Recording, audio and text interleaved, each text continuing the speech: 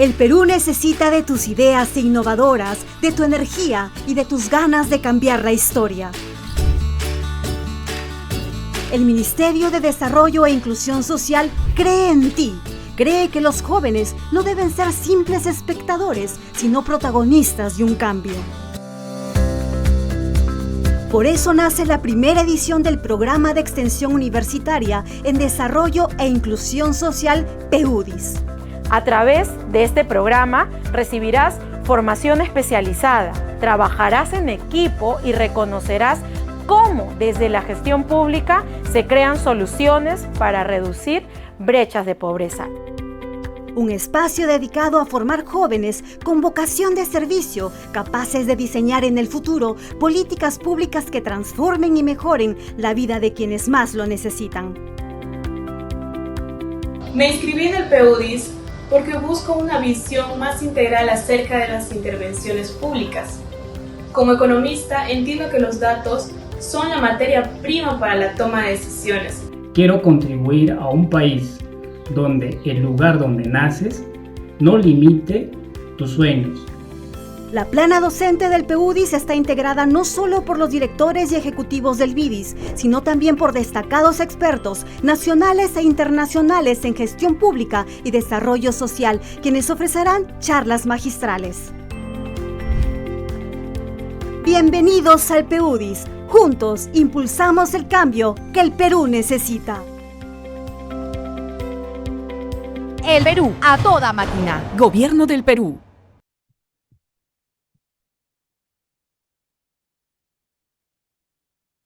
Muy buenas tardes.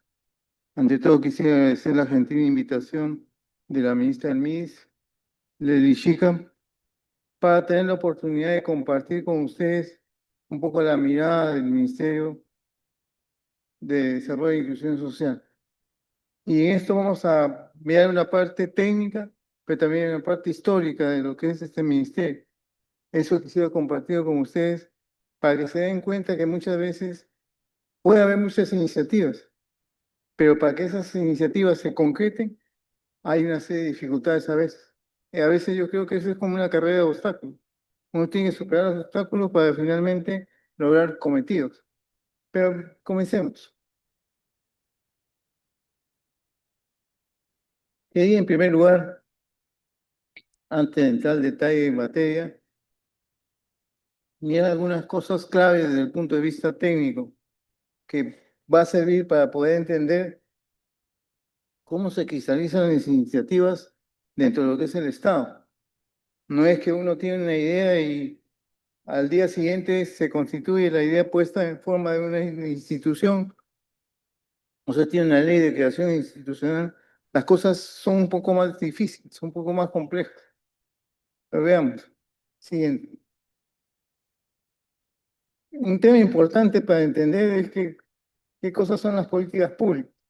Ustedes pueden darse cuenta que la definición, estamos hablando de acciones del Estado, pero esas políticas públicas están dirigidas a resolver problemas. ¿Y cuando se identifica en el país o en el Estado que hay un pendiente, que se necesita hacer política pública? Como ustedes pueden ver en la diapositiva, cuando lo que ocurre en el mundo real es bastante distante de lo deseado. Cuando ocurre esa brecha, se entiende que hay necesidad de que haya política pública, como razón de ser. Siguiente.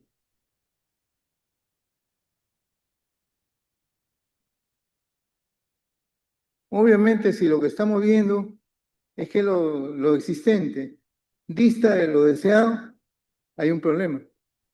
Además, uno por sentido común diría, tú no puedes pensar en soluciones si primero no identificas el problema.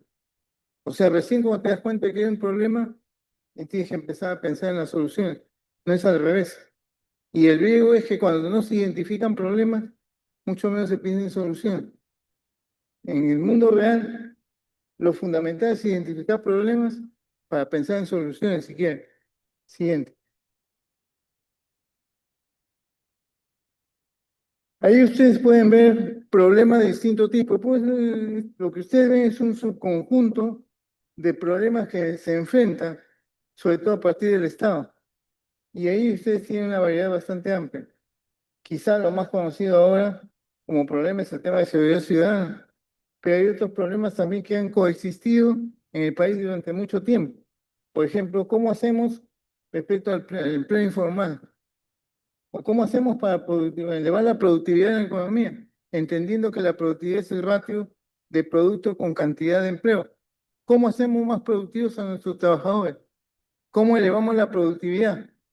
Eso definitivamente es un problema que está pendiente de solución. Sí. Siguiente. Las etapas en cuanto al diagnóstico del problema, lo pueden ver ustedes ahí en la diapositiva. Una primera etapa es la identificación. Luego de la identificación, tenemos que caracterizar el problema.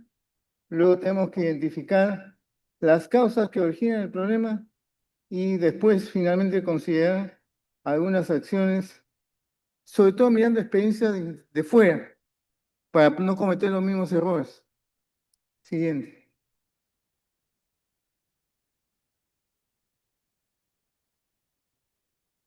Siguiente. Decía que la política pública surge como una respuesta del Estado para poder enfrentar un problema. Entonces, un elemento importantísimo es diseñar la política pública, o sea, la manera de cómo vamos a enfrentar el problema identificado. Y ustedes pueden darse cuenta ahí, a través de algunas ideas base, cómo se hace el diseño de política.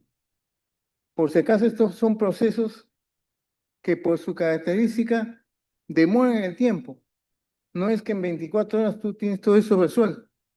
Tienes que entrar en consideración de muchos elementos de por medio para poder diseñar adecuadamente la política pública me refiero. Siguiente. Un elemento importante se hace identificar un problema, pero también tienes que identificar los beneficiarios. O sea, quién va a ser tu grupo objetivo sobre en lo que vas a insistir en la política pública para poder atacar una dificultad o un problema. Entonces, la población objetivo, que son los beneficiarios, tiene que estar debidamente acotada. Por ejemplo, un tema dentro de lo que es la parte de inclusión social, para mirar un poco una base de datos solvente o robusta, es mirar el SISFO, el Sistema de Focalización de Hogares, que es constantemente actualizado y que depende del Ministerio de Desarrollo e Inclusión Social. Siguiente. Entrando en materia sobre lo que es el MIDIS, siguiente. Primero tenemos que pensar, si identificamos que la inclusión social es bastante marginal en el país, tenemos definitivamente que pensar en una reforma. ¿Cómo nos acercamos para lograr una verdadera inclusión social en el país? Lo voy a graficar de esta manera. Cuando hay crecimiento económico, uno puede ver, por ejemplo, que la actividad económica en determinados sectores aumenta o crece a una velocidad mucho más grande que la de otros. Y eso origina que no todos son beneficiados por igual cuando, por ejemplo, la economía crece. Lo que quiero decir es al final es que lo que se debe buscar es que haya un crecimiento armónico de la economía que permita reducir estas situaciones de desigualdad o de acceso marginal a los beneficios del crecimiento económico. Siguiente. Ustedes pueden ver ahí en la diapositiva cuando hablamos de lo que es la reforma social en el país y algunos elementos que definen la misma. O sea, creo que para todos es más que evidente que si hay un problema pendiente de solución en el país, tiene que ver con la inclusión social. El tema es que la inclusión social no cae del cielo, responde a políticas que el Estado desarrolla para tal fin. Y para poder lograr eso, la inclusión social existe la política pública y después de las políticas públicas existen los planes. Para decirlo en términos coloquiales, los planes es la forma de cómo se aterriza la política pública. Y cuando hablamos de planes, hablamos de recursos, hablamos de tiempo, hablamos de entidades. Siguiente. Siguiente.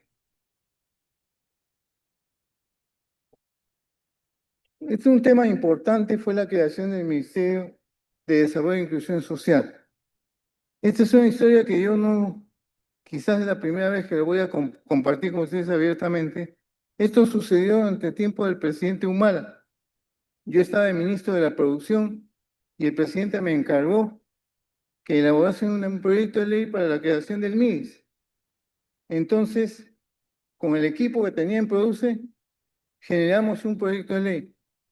Pero para ser corto a la historia, como de alguna manera tampoco no es un tema de vencida personal, pero el proyecto de ley que habíamos planteado para la creación del MIDIS no fue del agrado del Ministerio de Economía y Finanzas, del ministro Castillo.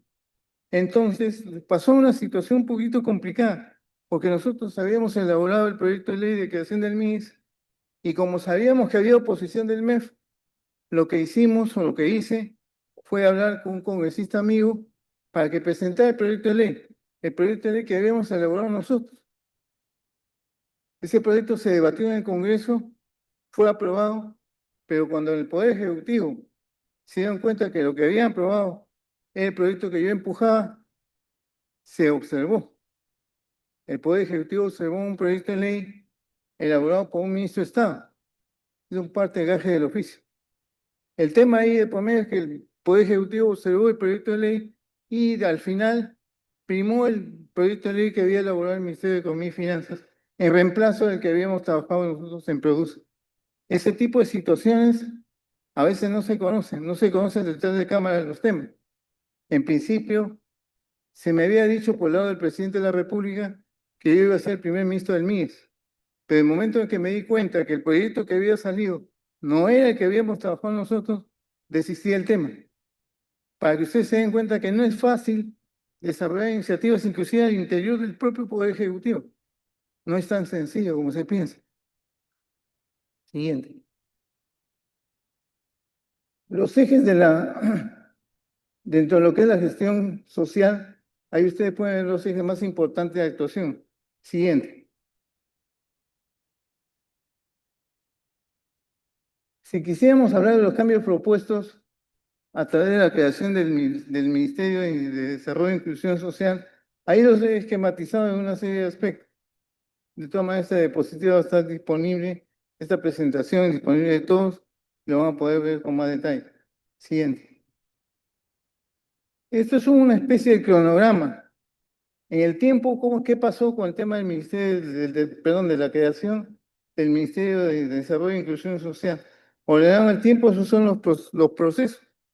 Como ustedes se dan cuenta, son procesos largos que implican muchas veces negociación al interior del gobierno.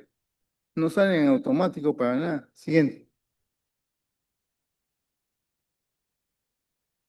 En cuanto a las competencias y funciones del MIDES, la ley que finalmente se aprobó, el tema, ustedes pueden ver ahí que las materias de competencia del MIDES, así como la rectoría, en parte se refirió a lo que yo había planteado hace algunos minutos. La lógica de nosotros, para hacerlo sencillo, al crear el MIDES, es que se constituyese como una suerte de un banco central, pero dedicado a la política social. Así como el Banco Central de Reserva se dedica a hacer la política monetaria con mucho éxito, por el acierto de sus miembros del directorio, la idea es que el MIDES se constituya como un banco central, pero dedicado a la parte social, a la política social. Eso era una isla de excelencia dentro de lo que es el Estado, dada la importancia de la inclusión social como elemento principal de justicia social en el país. Y la otra cosa importante, lo que se planteó en el proyecto original, es que todos los programas sociales estén bajo la égida del MIDES. Evidentemente eso fue una pelea grande, porque por ejemplo para pretender quitarle al MIDAIRE a lo rural, no lo iban a hacer a la buena, porque obviamente el secreto de cualquier ministro sectorial es tener programas sociales para tener manejo de acercamiento a la gente. Entonces, la idea central que nosotros teníamos es que el MIDES concentrase el manejo de todos los programas sociales, porque obviamente se replican costos administrativos. Para comenzar, si estamos hablando de programas sociales que se manejan en distintos sectores, en distintos ministerios, tú vas a tener una proliferación de unidades ejecutoras que replican la parte administrativa y lo cual evidentemente significa una pérdida de eficiencia. Queríamos revertir eso con el proyecto original, pero al final el proyecto que salió, aprobado finalmente con la anuencia del Poder Ejecutivo, se refería a que una parte de los programas sociales seguían siendo manejados por los ministerios sectoriales. Esa no era la idea, porque lo que buscamos con el hecho de que se concentre el manejo de los programas sociales en el MIS, la lógica era buscar más eficiencia en el uso de los recursos públicos. Siguiente. Este es un resumen pequeño de algunos programas representativos. Yo sí quisiera comentar a pie de página, por ejemplo, que si alguien me preguntase cuál es el ideal de los programas sociales, yo diría que el ideal de los programas sociales va por el lado definitivamente de formar empoderamientos o competencias por el lado de la producción en cuanto a la gente pobre. O sea, para decirlo en términos sencillos, la lógica de los programas sociales no puede ser asistencialista al 100%. La idea es que tú prepares a la gente para que llegado un momento de haber sido empoderada en cuanto a sus capacidades, por ejemplo, de emprendimientos, finalmente haya una nueva una graduación y una nueva promoción de gente cubierta por los programas sociales. O sea, lo que estoy diciendo en términos sencillos es, tú creas un programa social, la lógica del programa social es empoderar la capacidad productiva de los beneficiarios. Y obviamente, cuando pasa el tiempo y ese empoderamiento se logra, entonces definitivamente se produce como, entre comillas, la graduación de los beneficiarios del programa. Pero también les debo decir, en honor a la verdad, que es a veces complicado que tú le puedas decir a gente, parte de la población, que son beneficiarios de programas sociales, le digas hasta aquí nomás. Tú ya estás debidamente empoderado, estás saliendo ya de la pobreza extrema, estás saliendo de la condición de pobreza y es tiempo de que tú puedas volar con tus propias fuerzas, tus propias alas. Es complicado eso por lo que yo llamo coloquialmente el destete. O sea, hay renuencia de la gente que es beneficiaria de programas sociales, sencillamente porque imaginan que el programa social es eterno y no debería ser así. Al final de cuentas, yo creo que los programas sociales no resuelven el problema de pobreza, no lo resuelven, es un paliativo. Justamente la idea de los programas sociales es que a través de ellos se empoderen las competencias de emprendimiento y de generación de riqueza por el lado de la gente. Si uno está pensando en los programas sociales desde el punto de vista del 100% asistencialista, en realidad vamos a tener una complicación. Y la complicación es que los programas sociales existen a la medida en que hay presupuesto. ¿Qué va a suceder cuando hay estrecheces fiscales? Por eso que la lógica de los programas sociales, en mi opinión, debería ser de promover competencias en cuanto a capacidad productiva por el lado de la gente. Desafortunadamente, ahí hay una complicación que no se ha resuelto en el tiempo. Siguiente. Algunos impactos de la creación del MIS. Siguiente. Un poco la parte de cómo evolucionó indicadores como el tema de pobreza y pobreza extrema. No es verdad que la pobreza en el Perú se ha podido reducir, aunque marginalmente, solamente por programas sociales. Hay que considerar también, y yo suscribo eso, que si uno mira experiencia internacional de cómo hay países que resolvieron el problema de pobreza, lo hicieron sobre la base de crear condiciones de empleo de buena calidad, empleo formal. El tema ahí es cómo se hace eso. Y ahí tienes que mirar en parte de la estructura productiva, la formalización de tu aparato productivo y la formalización del mercado de trabajo también. Una cuestión fundamental es que si tú no empoderas el mercado de trabajo para que haya una mayor cantidad de empleo formal, entonces no estás solucionando de raíz el problema de la inclusión. Yo creo que la apuesta tiene que ser por tener más empleo formal. Y eso hace que los programas sociales se constituyan como un paliativo mientras que se resuelven los temas del mercado de trabajo, que es un tema pendiente todavía en el caso de nuestro país. Siguiente. En el Perú, por lo general, se mide la pobreza a través de lo que es la pobreza monetaria, el gasto. Y ustedes se dan cuenta en la diapositiva los números que corresponden al 2024. Estamos hablando de, por ejemplo, a nivel de lo que es la pobreza en general, que es el caso cuando una persona no desarrolla el gasto suficiente para cubrir una canasta alimentaria y no alimentaria. Ustedes pueden ver las magnitudes. Igual en el caso de la pobreza extrema que se aplica cuando la persona no desarrolla el gasto suficiente para una canasta de alimentos. Entonces, es cierto, la manera de cómo se mide la pobreza por lo general en el Perú es así, es a través de la pobreza monetaria. Pero la pregunta es, ¿hay otras formas, quizás mucho más solventes, de medir la pobreza? Sí, es la pobreza multidimensional. Siguiente, por favor. Entonces, en el caso de la pobreza multidimensional, ahí tú ves condiciones de vida de la gente. Es mucho más, en mi opinión, mucho más adecuado medir multidimensionalmente la pobreza que hacerlo a través del gasto monetario.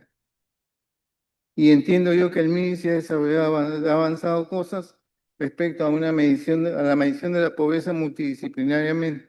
Yo creo que ese es el camino adecuado, el camino correcto por seguir. Siguiente.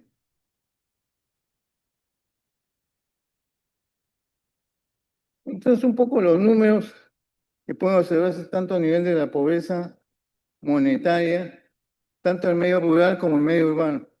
Yo creo que inclusive si miran los números, uno se da cuenta de que si hay una concentración de la pobreza, es en el medio rural, no en el medio urbano, es en el medio rural. Y hablo no solamente de lo que es la pobreza monetaria, sino también hablo de la pobreza extrema. En caso de la pobreza extrema, si usted, la siguiente, por favor. Siguiente. La siguiente, para mirar lo que es la pobreza extrema. Siguiente. Ustedes pueden ver ahí una evolución de lo que es la pobreza extrema, de acuerdo al medio geográfico. Y al igual que en el caso de la pobreza monetaria, vamos a decir, pobrezas secas, en el caso de la pobreza extrema, se concentra más en el medio rural que en la parte urbana. De ahí hay un punto de apoyo para saber la política pública, dónde debe incidir a partir de esta ubicación, geográficamente hablando, de lo que es la pobreza extrema. Siguiente. Siguiente. Siguiente. Vamos a mirar los retos y perspectivas del MIDIS. Ahí he puesto algunas ideas fuerza, pero yo si ustedes me piden un resumen de todo eso, yo diría que primero tener claro que los programas sociales y la acción del MIDIS responde a resolver situaciones temporales. En ninguna parte del mundo se ha resuelto el problema de pobreza a punta de programas sociales. Se ha resuelto en la medida en que se ha creado empleo formal, empleo de buena calidad. Y ese es el desafío. Yo sé, o los economistas sabemos, que en el mercado de trabajo quienes demandan empleo son las empresas. Quienes ofertan empleo somos nosotros. El quid del asunto es cómo hacemos para que el empleo que surge a partir de la demanda de empresas formales prime sobre todo la generación de empleo de buena calidad. Ese es un tema importante de considerar. Si ustedes quieren ver graficado este tema de lo que es la creación de empleos de buena calidad, por ejemplo, ustedes se van por la Avenida México o la Avenida Canadá y encuentran en la costado de la calle unos maestritos con unas pizarras rotas que hablan de planchado y pintura. Para la estadística, ese señor está trabajando, pero la calidad de empleo está bastante de día menos. No cotiza ningún sistema de previsión social, no cotiza ningún sistema de salud, no tienen ahorro previsional, no tienen nada. Y el asunto va a ser cuando pasen los años y estas personas ya no puedan seguir empleadas informalmente. Entonces hay una gente que se pregunta y dice, ¿cómo se le va a asistir a esos futuros o a esos adultos mayores que fueron informales toda su vida? Y la gente piensa en pensión 65. Pero yo debo de señalar, cuando hicimos o desarrollamos la idea de pensión 65, la lógica detrás de eso es que definitivamente en la medida en que se avance con lo que es la formalización del mercado laboral y obviamente tengamos trabajadores que sí cotizan para lo que es ahorro previsional, es la necesidad de esos programas sociales que dependen en su integridad del presupuesto general de la República debe disminuir. Insisto, la experiencia internacional nos dice que la pobreza no se resuelve con problemas sociales. Los programas sociales son solamente un paliativo. La forma de cómo se resuelve es generando condiciones para que haya empleo de buena calidad. Y eso definitivamente es un tema pendiente por hacer en nuestro país. Espero que les haya sido de interés el que les plantee estas ideas y muchas gracias por su atención.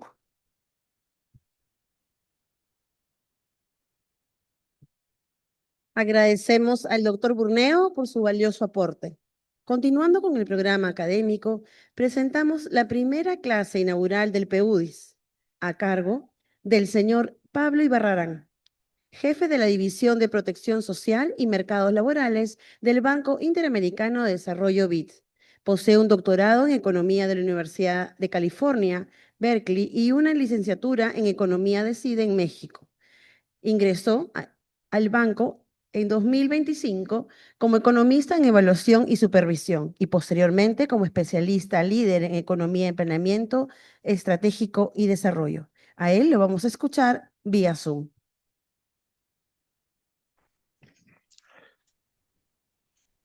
Muchísimas gracias por la invitación. Es un placer estar en esta clase inaugural. Quiero saludar y agradecer a la señora ministra de Desarrollo e Inclusión Social, Leslie Nadir Chica, por la invitación, al viceministro también, José Enrique Velázquez, que hizo la presentación, y a todos ustedes, sobre todo a todos los jóvenes. Vi los videos que presentaron, realmente muy contento de poder estar aquí. También creo que fue súper interesante la ponencia del doctor Burneo, ¿no? Creo que si uno quiere aprender de políticas públicas y de desarrollo social, es súper interesante poder contar con la perspectiva de alguien que ha estado ahí, que ha hecho tomado las decisiones, hecho los planes. Creo que fue súper interesante, por ejemplo, cuando narró, ¿no? Cómo se creó el ministerio, el proceso legal, todos los tiempos que toman. Y creo que varios de los temas que menciona se unen muy bien a lo que yo quiero hablar hoy, que es justamente cuáles son los objetivos de la política social, y coincido plenamente que el objetivo siempre es que las personas puedan generar ingreso de manera autónoma. Hay personas que requieren algunos apoyos especiales y siempre va a haber alguien que los requiera, pero la idea, el éxito de un Ministerio de Desarrollo Social, digamos, es que haya cada vez menos programas de apoyo a la pobreza, porque haya menos pobreza y de manera sostenida, ¿no? Yo quiero resaltar también, antes de comenzar, que realmente el MIDIS es un referente en materia de desarrollo social a nivel de la región.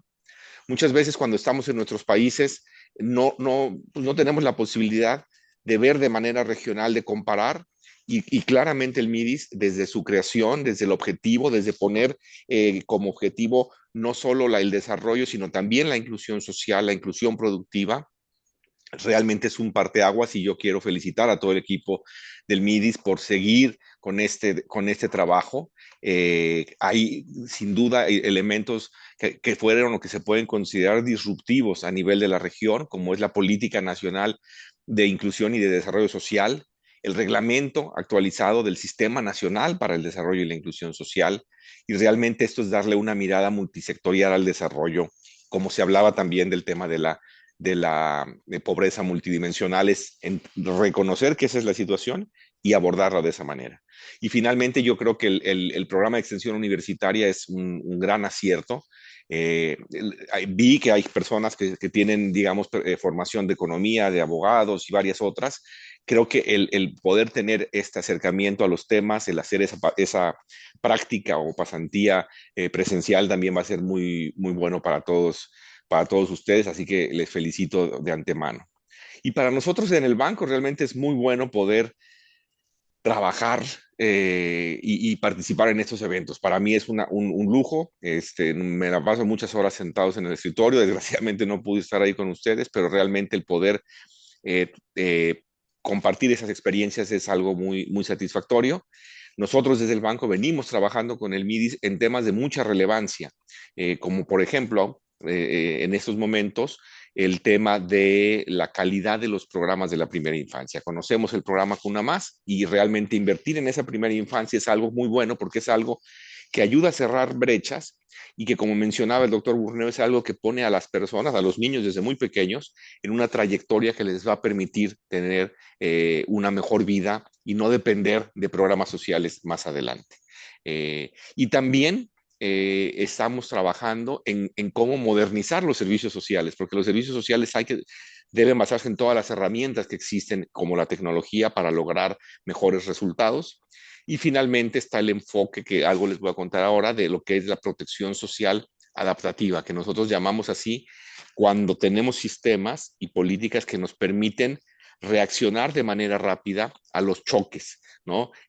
Sabemos que hay situaciones que son estructurales, donde hay que hacer programas estructurales, pero también lo vimos con la pandemia y lo vemos con muchos desastres naturales. Hay situaciones en las cuales hay que responder muy rápido y también en eso vale la pena invertir. Entonces, después de esa no tan breve introducción, paso a hablarles un poco primero del panorama regional que se observa ¿no? en América Latina en materia de pobreza y de desigualdad. Aquí lo primero que vemos, y aquí voy a presentar datos con pobreza monetaria porque es más fácil hacer la comparación entre países y también tener una serie de tiempo larga. Y aquí vemos que en América Latina y el Caribe la pobreza se ha disminuido de manera importante en este siglo, en estos 25 años, 23 años, es el dato que tenemos aquí, pasa de 50% a 25%. Eso yo creo que hay que reconocer, es una buena noticia. Se reduce a la mitad el número de las personas que están viviendo en una situación de pobreza. Al mismo tiempo sabemos que la región es una región muy desigual y vemos en el panel de la derecha pues que hay variaciones y avances muy distintos, ¿no? Hay países que han avanzado menos, hay países que han avanzado más. En el caso de Perú, la pobreza pasó del 62% al 33% en estos años, en estos 23 años. Eso digamos que es una buena noticia y se observa que hay muchos países que han tenido disminuciones también importantes, como Ecuador, que pasó de 76 a 30. Algunos han tenido disminuciones más modestas, como Guatemala y Honduras.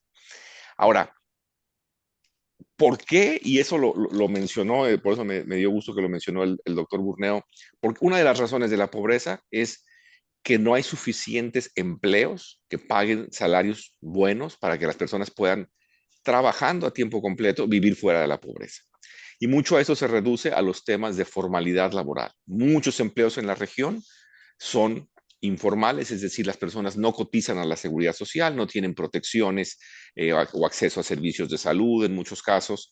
Y aquí vemos que esa informalidad ha estado casi constante. Entonces, mientras que la pobreza se redujo a la mitad, la informalidad ahí está bastante plana, ¿no? En 20 años bajó 4 puntos porcentuales, no es mucho, menos de 10%, cuando la pobreza bajó 50%. Y en los últimos datos que se tiene, vemos que la informalidad en algunos países es muy alta. En el país que más baja es en Chile, es de 27.5%. En Perú está en 72%. Hay distintas definiciones, puede ser que el dato sea un poquito más grande, un poquito más bajo, pero básicamente sabemos que ese es un reto que tiene la región. El reto de aumentar la formalidad, porque la pobreza ya bajó lo que podía bajar sin que haya cambios importantes en el mercado laboral. Y aquí vemos también cómo la cobertura de la seguridad social, o sea, lo que es la formalidad, varía mucho de acuerdo a la educación que tienen las personas, la educación, los años de educación que acumularon.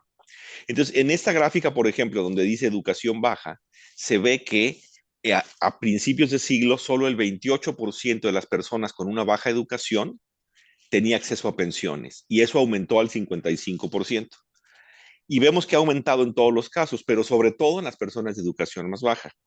Esto se debe en parte a que se han desarrollado programas como Pensión 65, como Renta Dignidad en Bolivia, como la pensión de adultos mayores en México, que son programas no contributivos, o sea que las personas no están aportando dinero mientras trabajan, pero que cuando cumplen cierta edad se pueden acceder a estos programas. Esto es bueno en el sentido de que las personas en la vejez van a tener una tasa de pobreza menor, pero hay un tema importante de sostenibilidad fiscal, ¿no? De si esto es sostenible, sobre todo que la región está envejeciendo de manera muy importante. Entonces vemos cómo casi todo el aumento que se ha dado en la cobertura de pensiones es por las pensiones no contributivas. Ahora, también es importante señalar que en algunos países o en algunos lugares, los sistemas de transferencias para apoyar a las personas que viven en pobreza no son parejos en el sentido de que se dan beneficios distintos a los que son formales y los que son informales. Y aquí es el caso de un país en que lo que estamos viendo es como si uno trabaja en el sector formal, recibe una transferencia, digamos, de $500. Pero si trabaja en el sector informal con la misma condición de pobreza y tiene hijos pequeños, recibe mucho más. Aquí el punto que quiero señalar es que se está de alguna manera subsidiando la informalidad. Hay veces que se desarrollan, o perdón, que se diseñan políticas con la mejor de las intenciones, pero que terminan teniendo un objetivo o más bien un resultado no deseado. Y es que las personas les conviene estar en la informalidad. Entonces, cuando vemos estas altísimas tasas de informalidad, tenemos que ver todos los determinantes que existen para poder identificar cuáles son los más importantes. Y la informalidad preocupa no solo porque las personas, digamos, no están cotizando, no están contribuyendo los impuestos que deberían y no están accediendo después a pensiones contributivas, pero sabemos que hay un vínculo entre la productividad y la formalidad, y de hecho, lo mencionó también el expositor anterior, de que hay lugares donde uno va y ve gente que está ocupada, en el sentido de que está haciendo algo, pero no es que esté produciendo, ¿no? en la manera de transformar unos insumos en un producto de mayor valor. Entonces, aquí vemos, y ese es el gran problema de América Latina, que la productividad está estancada. Desde el 2006, si ustedes ven aquí, es la línea roja que se ve ahí en la pantalla. Desde el 2006 hasta el 2023, la productividad aumentó casi nada.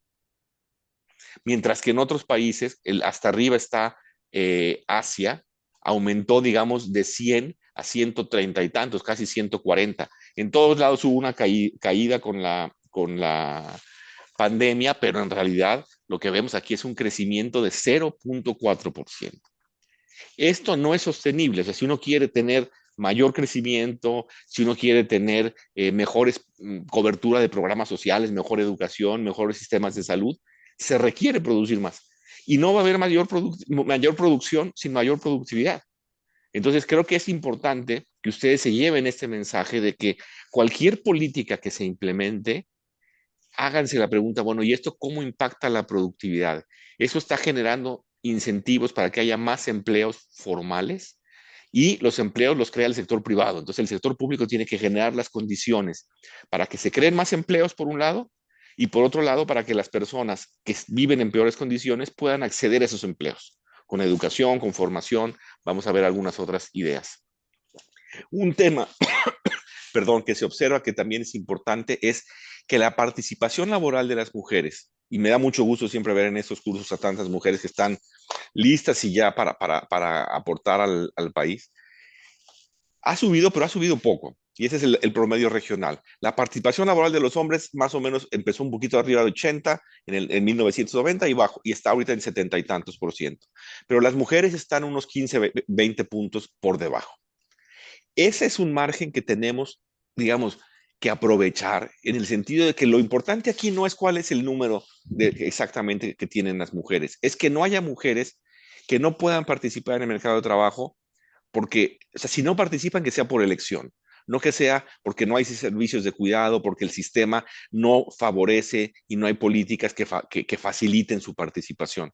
Porque en casi todos los países de la región, y creo que Perú es un caso también, la gran mayoría de las personas que están egresando de la universidad son mujeres.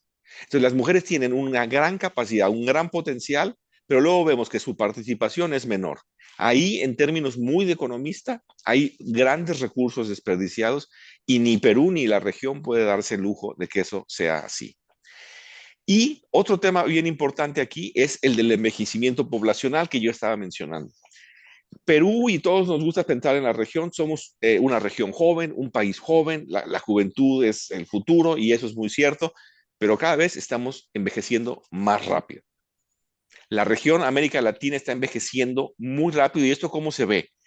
Si uno ve cuántos años le tomó a Europa pasar de que el 10% al 20% de su población fuera de 65 años y más, eso les tomó como 56 años.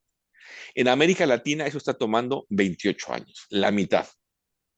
Y nosotros estamos envejeciendo más rápido de lo que nos estamos enriqueciendo, en el sentido de que cuando Europa llegó a ese nivel de población mayor de 65 años, su ingreso per cápita era el doble que en América Latina. Entonces, ese es otro reto importante, porque ya el bono demográfico, que es cuando hay muchos jóvenes, muchas personas trabajando, pues ya cada vez va a ser menos, porque cada vez los nacimientos están bajando mucho y las personas están viviendo más. Eso significa que hay menos personas produciendo. Entonces, el producto total, pues tiene que aumentar por dos cosas, porque aumente la productividad, lo que produce cada una de las personas que trabaja, o porque haya más personas trabajando. Y la única manera donde hay espacio con eso es justamente en el empleo de las mujeres. Ahora, si nosotros vemos de dónde se va construyendo el capital humano, de dónde se van construyendo estas capacidades, uno de los más importantes es los servicios de desarrollo infantil. Hay muchísima evidencia de que los servicios de desarrollo infantil, cuando son de calidad, ayudan al desarrollo de los niños y de las niñas. Es decir, van a tener mejor desempeño en la escuela, mejor participación en el mercado laboral, mejores salarios. Y eso requiere servicios, y lo dije y lo enfatizo, de calidad. Si los servicios no son de calidad, no van a servir, no le van a ayudar a los niños ni a las niñas. Y para que haya calidad, tiene que haber protocolos, tiene que haber currículums y un personal calificado y bien remunerado. Y ese es uno de los grandes riesgos que tiene la región.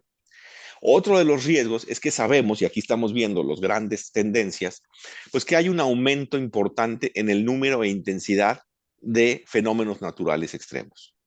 Y están pues, asociados al cambio climático, el calentamiento global.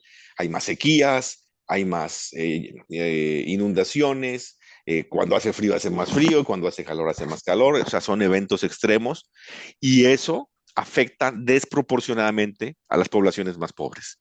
Como aquí vemos en este gráfico, ¿no? Se ve por dónde, los más rojos donde hay más intensidad, y cuando uno hace ya el análisis muy detallado, se observa que las personas más pobres viven en los lugares que hay mayor riesgo.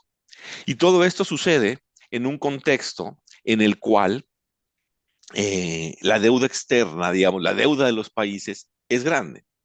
Entonces no hay mucho espacio fiscal para endeudarse. La deuda aumentó durante la pandemia por razones obvias, ya estaba un poco alta, ya estaba por el 60%, pero aumentó más, unos 10 puntos, pues para poder cubrir los gastos sanitarios y los gastos sociales que se fueron requeridos para responder a la pandemia. Entonces, es importante tener claridad de que esto lo que nos obliga es a buscar mayor eficiencia en el gasto social y pensar en el largo plazo en cómo hacer política social que aumente el ingreso de las familias, que ese sea una pregunta importante. Ahora, varios de los programas sociales que nosotros vemos y que se usaron para responder a la pandemia no estaban basados en registros amplios sociales, registros sociales como el CISO, por ejemplo, en Perú. Es importante el desarrollar herramientas de política social, que no significa que todo el mundo va a estar recibiendo programas sociales, pero sí que mucha gente va a estar en el registro, porque así cuando viene una emergencia se puede responder más rápido. Y aquí vemos, esta gráfica lo que muestra es qué tan rápido se pudieron crear nuevos programas, o qué tan rápido se pudieron expandir los programas que ya existían en respuesta a la pandemia, dependiendo de si había registros sociales o no. El clarito, el de la izquierda, son los que sí, y sí había, y son menos días. ¿Eso qué significa? Se puede responder más rápido a choques. Ya vimos que va a haber más choques, ahora es importante poder responder más rápido a estos choques. Y bueno, ¿cómo se puede mejorar la protección social en la región? Y aquí yo quisiera primero señalar lo importante que es generar un sistema que sea coherente, que sea consistente de servicios y de incentivos para los trabajadores formales y que haya un premio por ser trabajador formal, que no, o por lo menos que no haya un castigo por ser trabajador formal. que convenga la formalidad. Eso es muy importante. Y eso hay que verlo siempre, es decir, si uno hace un programa social y uno de los requisitos, un buen programa social o un buen criterio es el requisito o la condición para ver si la persona o la familia es elegible, debe ser el nivel de ingreso, no si el trabajador es formal o informal. A mí me gusta poner un ejemplo aquí que es en el caso de la educación. La educación es pública y todo el mundo va a las escuelas según ciertos criterios de localización o lo que sea, pero no tiene nada que ver con si los padres o la madre en el hogar tienen un empleo formal. ¿Ya? Entonces, ¿por qué para la educación es obvio, pero para otras cosas no? Decimos, no, para la salud sí importa, o para ciertos beneficios. Entonces, es importante el siempre pensar que lo que queremos es crear más empleos formales, no castigarlos. Y lo que nosotros hemos desarrollado, y aquí, digamos, sé que ya queda poco tiempo, pero lo que quiero mostrarles es una herramienta que estamos trabajando en el banco y que hemos estado aplicando en Perú y en varios países de la región. Y es lo que le llamamos un modelo de madurez para la protección social adaptativa. Y ustedes que están en este, digamos, súper interesante programa de políticas públicas, aquí les cuento un poco de dónde viene esta idea y qué es lo que pretende. Y luego podemos ver detalles, ¿no? Pero aquí lo importante es decir, ¿qué significa primero protección social adaptativa? Como les dije, un sistema de protección social, vamos a pensar, simplificando, es una serie de programas sociales, ¿no? Que puede haber transferencias, puede haber programas de alimentación escolar, puede haber programas de desarrollo infantil como Cuna Más, y programas de adultos mayores, programas para personas con discapacidad, en fin, hay una serie de programas cuyo objetivo es, por un lado, apoyar el consumo de las personas que están en situación de pobreza extrema y por otro lado también estimular, por ejemplo, el desarrollo de habilidades, ¿no? El que los niños vayan a la escuela, vayan a los centros de salud y demás. ¿Cuándo se convierte la protección social en protección social adaptativa?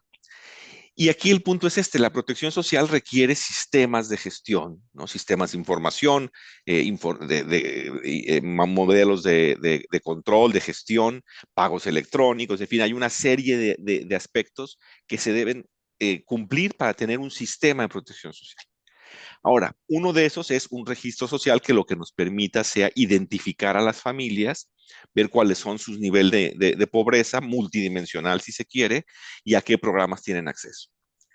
Si nosotros tenemos esa información y a la información básica socioeconómica le ponemos encima información de vulnerabilidad frente a riesgos, por ejemplo, inundaciones, sequías y demás, lo que nos permite es estar listos a adaptar el sistema de protección social para responder a choques.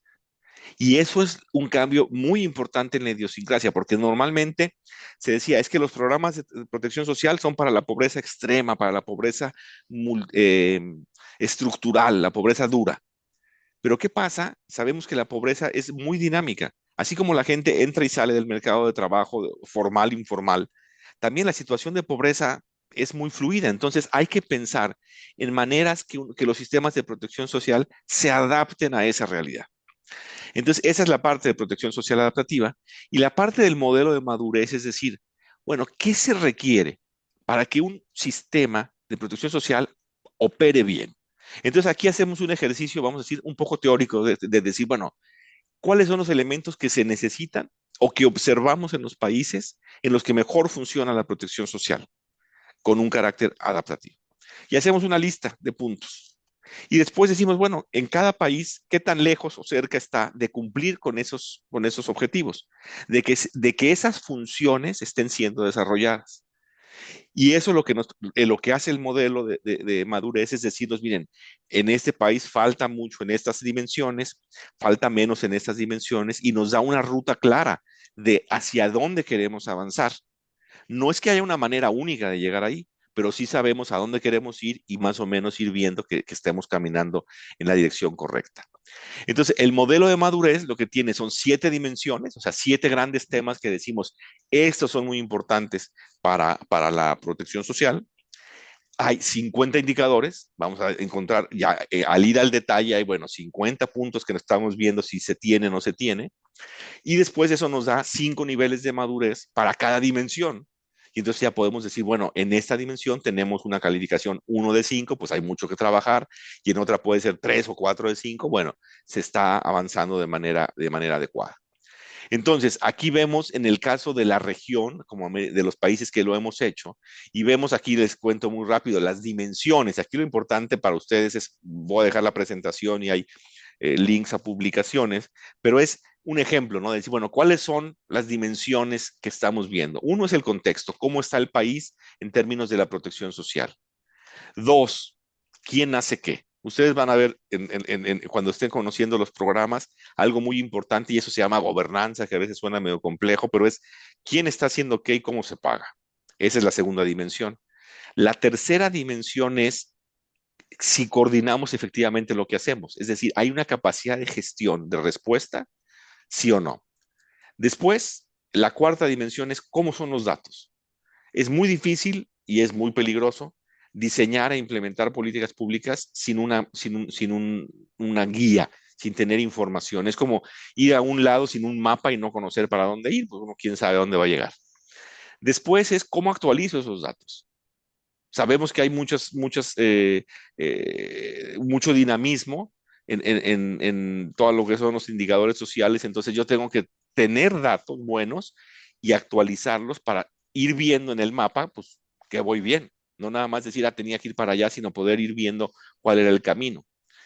La sexta dimensión es la cobertura de los programas. Si un sistema de protección social busca proteger a la niñez y a los adultos mayores, por decir algo, pues yo tengo que saber si estoy llegando a esas poblaciones a las que quiero llegar. Y después es si yo estoy utilizando mis datos, o sea, realmente, ¿cómo decidí que la niñez y las personas mayores son los grupos que más lo necesitan y no las madres solteras y las personas con discapacidad? Y eso debe estar basado en datos. Entonces, tengo que tener buenos datos, los tengo que actualizar, pero los tengo que usar.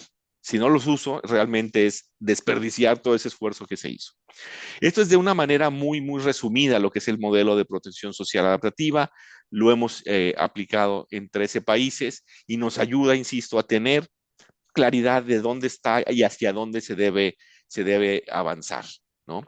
Entonces, aquí o sea, no quiero aburrirlos con todo esto. Yo sé que ya estamos, creo que muy cerca del tiempo.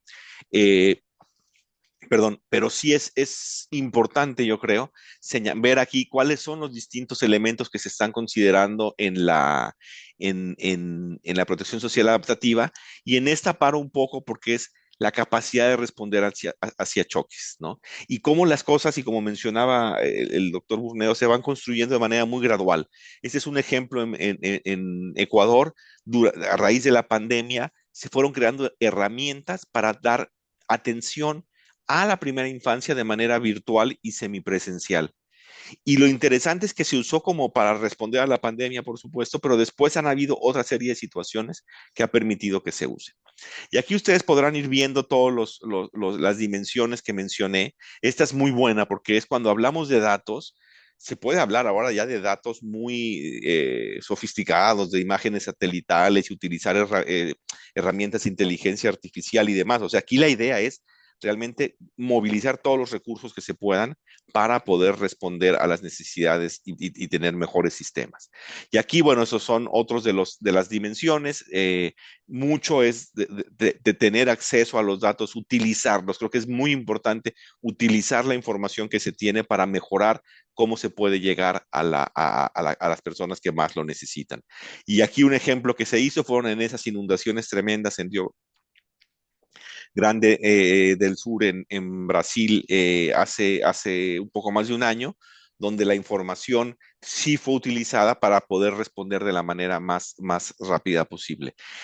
No quiero, o sea, está la información de Brasil, de Perú, aquí lo dejo y con esta lámina termino, hay más en la presentación, pero aquí lo que ustedes pueden ver estos polígonos son interesantes, ¿no? Porque nos dicen, si todo estuviera perfectamente completo, estaríamos en la parte hasta afuera, ¿no? Todo sería 100%. Y aquí vemos que los indicadores que se tienen de contexto nos dice que en algunos lugares estamos, digamos, mal, 20%, mientras que en otros estamos en 80%, ¿no? Y aquí esas son de las 50 preguntas, ¿no? Entonces sabemos que 7 caen aquí, en el siguiente caen otros indicadores y en algunos sí hay 100% de cobertura, ¿no? Por ejemplo, en Perú hay un buen marco normativo del registro social, hay un buen marco normativo para la gestión de riesgos de desastres y también un marco normativo para el MIDIS, que es el que estamos aquí, que nos convoca. Hay otros donde no está tan claro como es este tema, por ejemplo, de desembolso de fondos contingentes. ¿Dónde está el dinero que va a permitir fondear una respuesta a un choque? Y así creo que es lo interesante aquí es que se puede ver las distintas dimensiones y eso nos lleva a, a tener una visión de todo el sistema de protección social. Entonces yo con esto termino y quisiera realmente agradecerles y felicitarles de nuevo por la decisión de participar en este programa. Yo los felicito porque esto es lo que realmente a mí me entusiasma mucho, el ver que los jóvenes están comprometidos y las jóvenes sobre todo, comprometidas y comprometidos a regresarle a su país, el aportar. Perú es un país que tiene un potencial muy grande, es un país que debe estar muy orgulloso de resultados como la reducción en la desnutrición y muchas otras cosas, pero ese es la desnutrición infantil y es muy importante. Cada país tiene éxitos muy, muy buenos que compartir y nosotros en el banco nos gusta mucho aprender de las experiencias y poderlas llevar a otros países. Entonces, bueno, termino aquí. Les agradezco muchísimo a la ministra por la invitación a participar en este programa y bueno, mucha suerte en todo lo que viene. Muchas gracias.